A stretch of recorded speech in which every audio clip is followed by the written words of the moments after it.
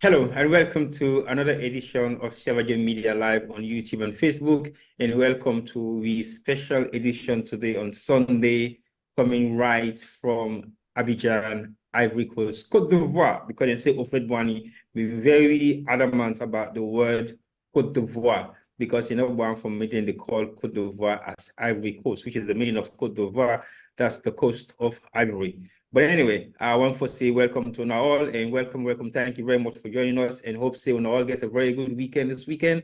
But this weekend has been a very much of a tumble block for various different activities that will be happen now Abidjan and Yamoussoukro and this stadium name beaucoup them plenty so I can forget the name so I can remember the name as we go along. But just for cut matter short, we're here today to give a quick review about the AFCON and things that will happen around the AFCON, the activities, the atmosphere, and the thing of it to say are very much important for me to be able to take into consideration about what will happen during this competition. The competition has been great, and many people and they follow online. There is a huge amount of Sierra Leoneans there we possibly they watch this particular program, where they watch the AFCON. There's a huge amount of Africans and we travel all the way from various parts of Africa for CAM, now Abidjan for CAM watch this AFCON. And also there's a huge amount of Europeans in back as well where I don't see, we don't travel all the way from Europe coming to watch this AFCON. I'm on my way coming to Abidjan.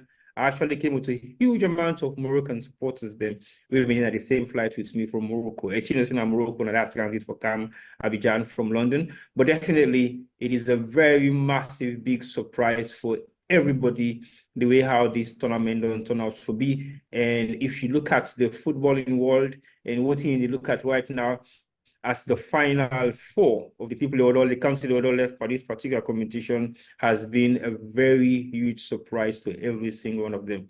But I'm not going to bore you guys too much because today I'm here with my colleague, my friend, somebody we don't work together for quite some time. We don't follow the same kind of interest in football. But Ingrid get more interest in female football than I used to do. I thought I was possibly one of the very few Sierra Leoneans that are following female football, but not just say it follow for female football as alone, it also follow for female football all over the world. And I possibly back with involved in active sport promotion in civilian. He was a former tennis player.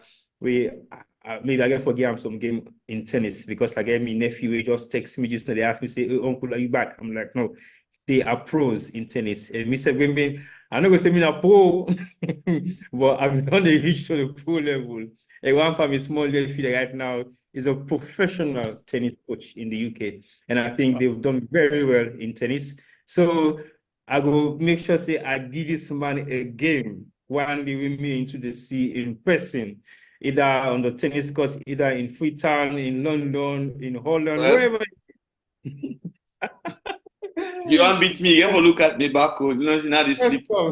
Welcome. Welcome, Desmond. It is my life. I sleep and wake with them. So you see. Welcome, Desmond. Welcome to the program. And say hello to Thank you, T-Boy, for bringing me again the show. It's been a while. Thank you for being a brother as well. I could remember some time ago last year we meet in Sierra Leone during a tough time. You make time for go meet me and then console me as well. Thank you very much. It's always a pleasure. This is the beauty of our sport, and we say we find we self.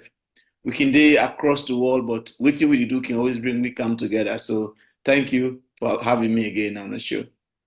No problem, Desmond. You're always welcome as usual. But don't forget that racket do I see. So me not poor for rackets. When I say rackets, I've been getting like a dozens of them. I can get like a storage of rackets the way me nephew that they play tire with. So I can always take the best racket and for go do some of it getting there. But I promise you again. But anyway, today we're here to talk about football and football primarily. And I want to say thank you to everybody who don't join me. Please share the program and let people know. Say we are on tonight and we are talking about AFCON. And the AFCON we don't happen this particular year is being surprising. So let's go first into the holistic view of what do you think about the AFCON, the fact say they host Abidjan and Ivory Coast this time around with four various different cities in Ivory Coast, and then of course Abidjan gets about 2 or 3 stadiums. What's your take on the AFCON setup so far for 2023, where they happen inside Ivory Coast? Well, for me, I'm very much impressed. In fact, if you look at the challenges then we CAF been get for really get a safer venue or safer country, it tells you the delay, which make them the delay, so they will get a safer country way ready and get the kind of facilities they would need for put money and develop within and get in country. So when I look at waiting to happen at Ivory Coast at the moment or Cote d'Ivoire, I'm super excited. You're looking at get a safer country way ready and get. You're looking at the development, the facilities there, and you look at how smart them also be looking at the facilities and make sure see all the venues and we then bid for all the 24 teams and we participate. You get your self-training facility, not to just like I say on the share pitch. So everybody now get your own facility where you train, and you also get a number of stands. Then we even after the tournament, it could be a beneficiary to the country as well. We go host them mini competitions and for the country as well and develop the sport there. So it's good, and it also shows ownership. Ownership in a sense, if you look at the build-up, the African teams then going to the tournament, look at how colorful they're being there, how colorful they're dressed. And then you see the European boys that are coming in, even the foreign coaches there where we bring Ghana, some of the countries there. The acceptance of African culture, the attire where they dress on. Everybody can forget the attire. And for me, looking at the tournament itself, I say it's a festival.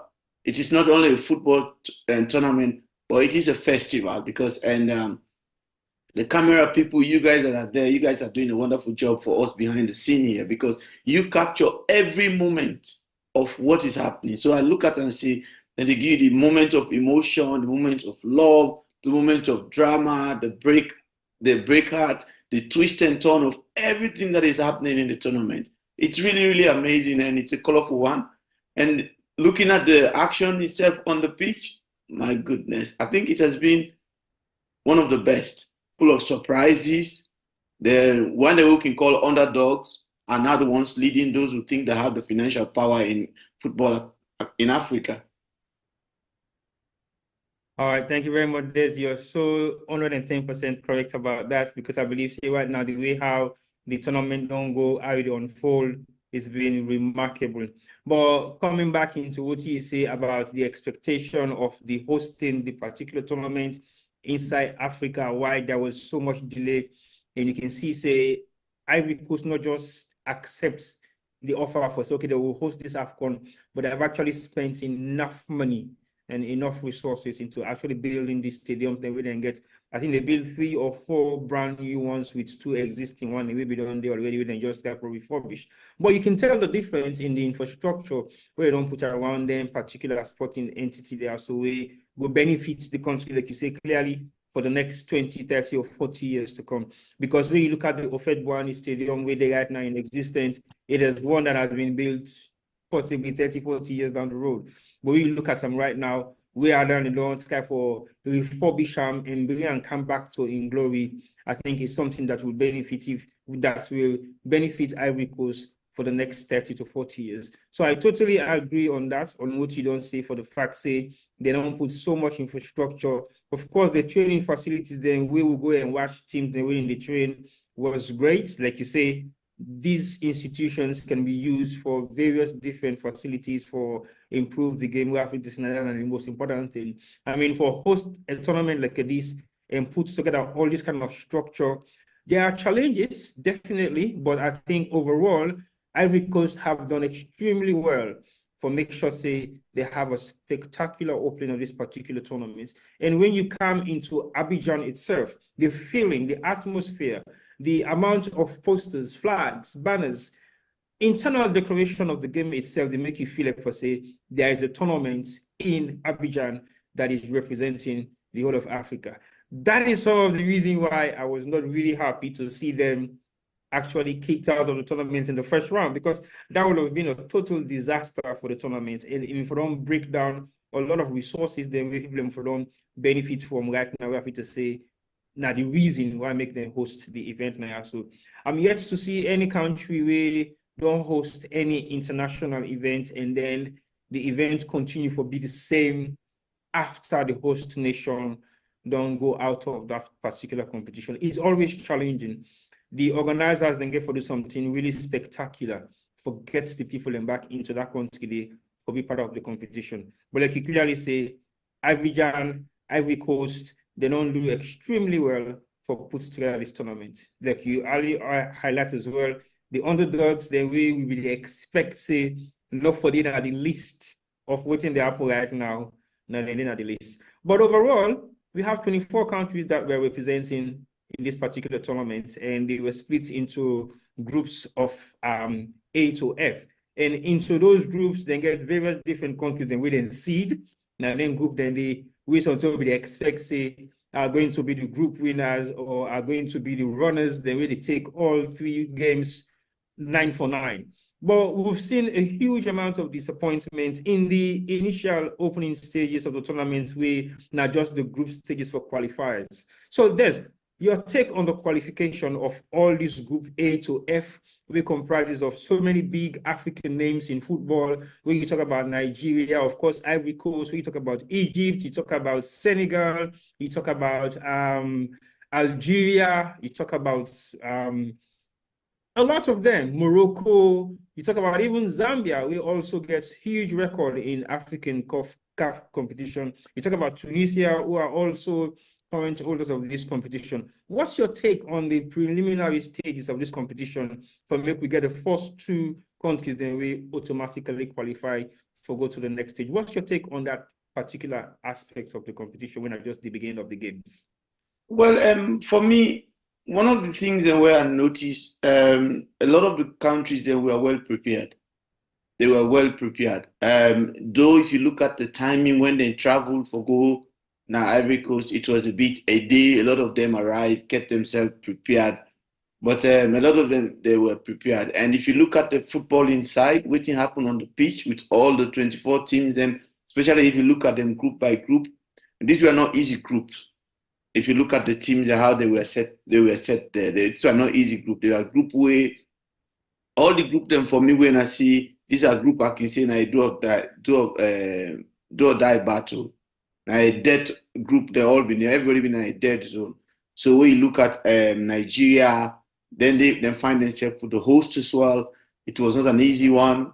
And then everything started slowly with a lot of the bigger teams and then the competition. And as it progresses, you see the flavor begin change. You see the teams and begin settle. And I think what can lead to that as well is also the players that are just coming in. Some of them they come up from the European competition. And when you come again, you come into the African tournament, it's a total different ball game again, more physicality, not more of tactical business. It's more the technical side now everybody believe in. So everybody want for dribble past somebody or not give somebody, take a anyone can go do one. So it's a whole change for the new boys them we can. But when you look at the approach where some of the teams then take, like I said, the bigger ones then suffer than the younger ones. The new boys that are just coming in now then really take the center stage this time around. Where you see the big boys, 1 or 2 still they struggle for finding way to side now the semi-final. So overall, the preliminary has been a very, very fine one for the smaller nations. When it looked like Cape Verde, Guinea-Bissau, the light of Guinea, the light of Mali, then performance them as well, and South Africa, who were not even written to be where they are today. So it tells you everybody been put on premium in the bigger teams like Nigeria, Cameroon, Egypt, Morocco, Algeria, because these are the bigger powers in African football. So nobody was considering these younger guys who just don't come, take on the big one. They look like Cape Verde, look Guinea-Bissau, Equatorial Guinea, the same team we played last year in Cameroon. It's the same, some years ago in Cameroon, it's the same team we come back now Ivory Coast. They did very, very well. and the system of play as well totally changed. One thing I do like about what I see from the preliminary matches, then the African football don't begin get that Brazilian style of football, with every team able pass the ball and every player able dribble and pass somebody. Not to like that one try they will be get those days where the goalkeeper take him, he send him long. The number two taker, he send him long. Now we see total organization, everybody waiting to break when it's the right time, and the coaching aspect as well. You see the younger coaches then we come in with the younger teams them as well, the lower countries. They're very comfortable on the bench, wherein the big boys are very they need attention. They're always on the church line trying to make small corrections. The smaller boys, what we can say the weaker boys, those coaches are very much comfortable because they don't get anything for lose. And even the players as well don't have anything to lose. So they just go in there and give them all in all. For me, I do like what I see in the preliminary qualifiers. And of course, the quarterfinal stage, last group of going to the group of 16, it was a challenge as well. When everybody begins settled after 2 to 3 games, you see, say the table turn around. And the only country we I felt so bad about that they humiliate themselves, it's Ghana. It's Ghana. And I think Ghana struggled because of, I don't think because of the coach, or because of the caliber of players and then get. So making that kind of decision, you as a coach, you one day in the right point, say you choose the right player. So the first game, they get on wrong with the kind of players they wouldn't choose. By the time they realize they were nowhere to find themselves in the tournament, and they were already gone. And then the last game, of course, people can say miracle and luck can play. The last game is like from the goalkeeper to the captain to the new boys, everybody will get bad luck. so it really brings a lot out of them. And in West Africa, we don't see them as the African Brazil team. And this time around, they fall the kind way people not expect for Fred and fall. I see the FA president apologize to the Ghanaian people. He say the FA take responsibility of what happened. Now they try to build a new roadmap going forward, looking for a new coach. And like I say, I don't know if a bad Omi been there on them. Are you go back to Europe, come off from the bench and score 2 goals and give an assist for in club as well. So you tend to ask what was happening. A player of that kind, go back to Europe, he did very well, score goal and helping team for win. But when he comes to in country when I in the captain, it was difficult for you see him. But the tournament has been a very good one. And I just hope the semi-final can bring up some little bit of more fire before the final itself. Well, I agree with you. That is fine. And when you mentioned Ghana, I would like for say a few things in regards to Ghana. I think yes, you mentioned say possibly likely you don't know what's the issue. Getting rid of the manager of the manager Chris Hughton, I think is a very serious decision, which should have been thought of very carefully. Because remember, this guy was not a coach. He came to Ghana as a technical director. He coached a technical team, and that technical team they don't deliver Ghana into the World Cup. And you see how the Ghanaian team performed into the World Cup. He wasn't the coach; he's just a technical man. So basically, his role was to play that technical side, wherein he train the players them and build the team with some kind of structure or pattern. So for make it take off the national team just because of the previous manager will be needed to decide for go back to Dortmund doesn't necessarily mean he has to be the perfect person for the job, or you have to eager for win all things straight away. Yes, he's learning, and it makes him very clear to the Ghanaian people that I'm here to learn and I'm still learning. I'm bringing in a few players. I don't know everybody yet, but I've been working on the technical team. But I think if I don't get a chance for see whether or what he go for do with this particular structure on the for move and go forward. But I think with the Ghanaian team, they get a huge amount of concern. We may feel say they get is about personality. I think there's a big clash between the Ayu brothers, I think, personally, because I saw that we play on the pitch. And you have a captain on the pitch, you're not the captain. I don't know whether they may not agree or disagree, say, whenever they have a penalty, he's responsible. But he seems to have control of what he wants to do or what he thinks like doing. Even though then they tell and say, no, not this for not that for do, but he doesn't really listen. He does exactly what he wants to do and do it his own way. And I think, say, he gets an issue possibly with his older brother, Andre, because Jordan, to me, even at Crystal Palace, he's not a super exceptional player. But you see, say, in Big Brother, Andre is a very dedicated player. He gives his all.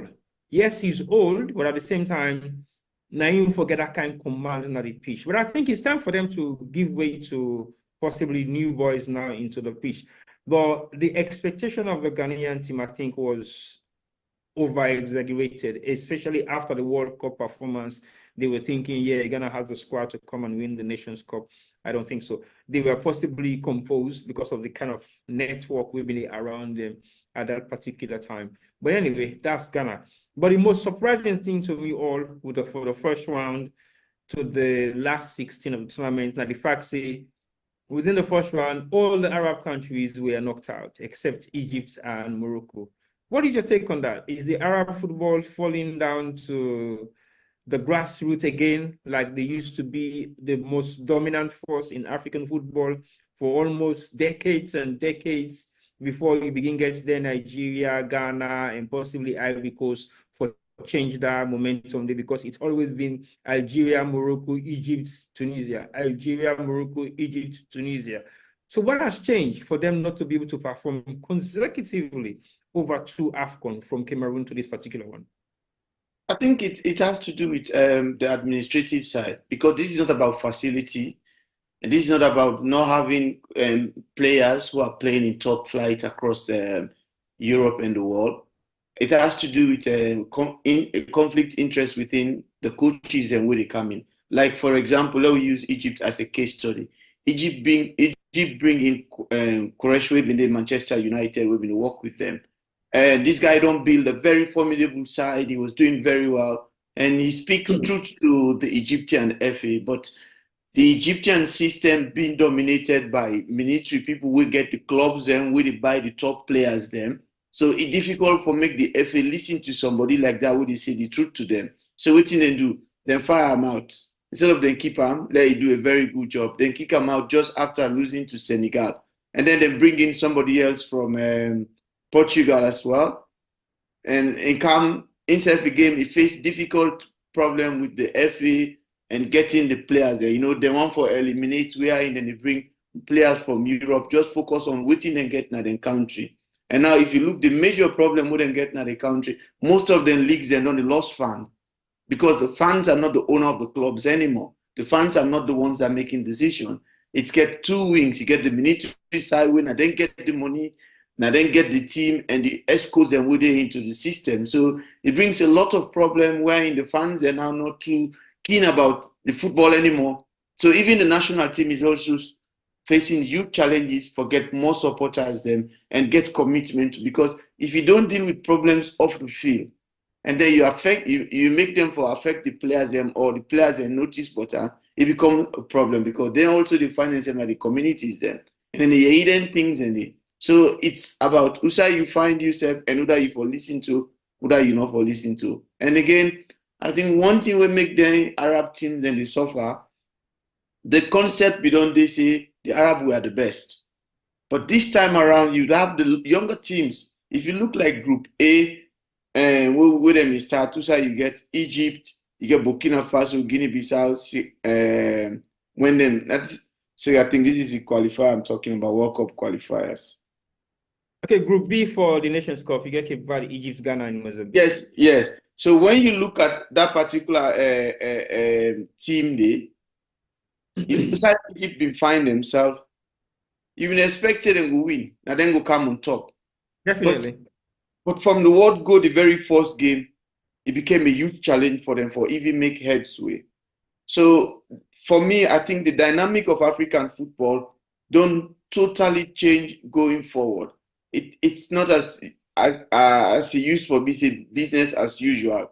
the bigger boys, like as we seen, and then for lead. No, now you find see the younger boys as well are doing their diligent for make sure say yes, then take on the big boys. They look like Cape Verde, we then play with Egypt. If you look at the scores in that particular group day, it was a very challenging one. You know, they expect Cape Verde, a country of less than a million or so, for can't put Egypt. We get the might, get one of the most structured league in the world. And then we talk of Mo Salah, of course, who's how they play. Everybody just expects it when they go, they'll just go batter Cape Verde like that. But it turns out to be a huge surprise for them as well. And Mozambique as well.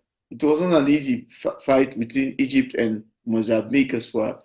So for me, I think they need to go back to the drawing board and then look at what they don't begin to do. We make now the African team, they don't understand what them for do for beat them. The light of Morocco as well. First African team for go to the quarterfinal, and then we were all saying, oh, then they go do massive one. In fact, they were ticked as one of the group for one of the teams and for win the tournament.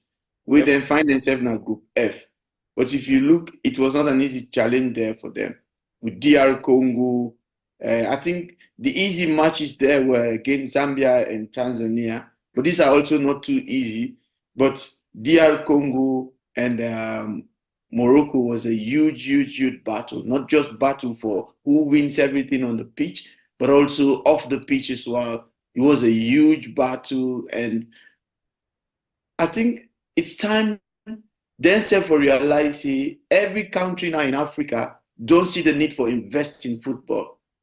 Don't see the need for invest and make sure say players then get what they want. We see this tournament, African teams then go and using at the gun. I don't think much they will complain about money business, bonuses and all the rest. No, I don't think there are much countries that complain. Everybody was comfortable because you see the way the players and they play, you see that flamboyancy in them, you see that urge in them that they want to win all games. So it tells you themselves don't see the need for invest and they are ready for let themselves put themselves. Tunisia, of course, Tunisia has already been going down.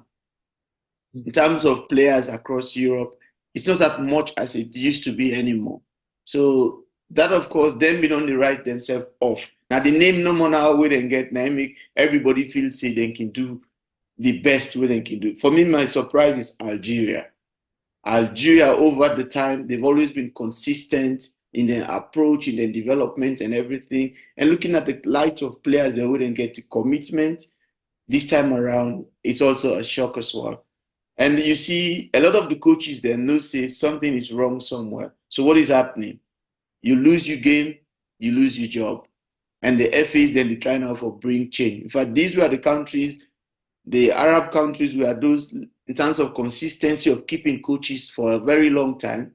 But now they don't take what you do in West Africa.